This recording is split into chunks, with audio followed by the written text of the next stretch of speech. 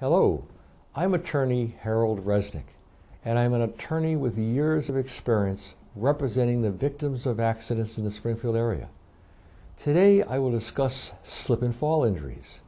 If you're injured inside a building or a store, you may be entitled to compensation, depending on how the accident occurred. If there's a defect or negligence on the part of the building's owner, you may be entitled to compensation. Common examples are a wet floor in a store or careless placement of items causing injury because you slipped over them. Other examples may be ice and snow that has not been removed. If this happens to you, you should contact an attorney right away to find out what your rights are. You may be entitled to compensation for lost and future wages, medical expenses, and pain and suffering.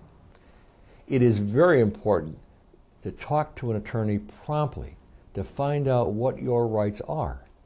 The attorney may send a private investigator to take pictures of the scene, to document the injury from witnesses and whether or not the building's owner was aware of the problem. So please feel free to call my office at the number below. This is attorney Harold Resnick. Thank you for watching my video, and please call me at the number at the bottom of the screen so that I may be of service.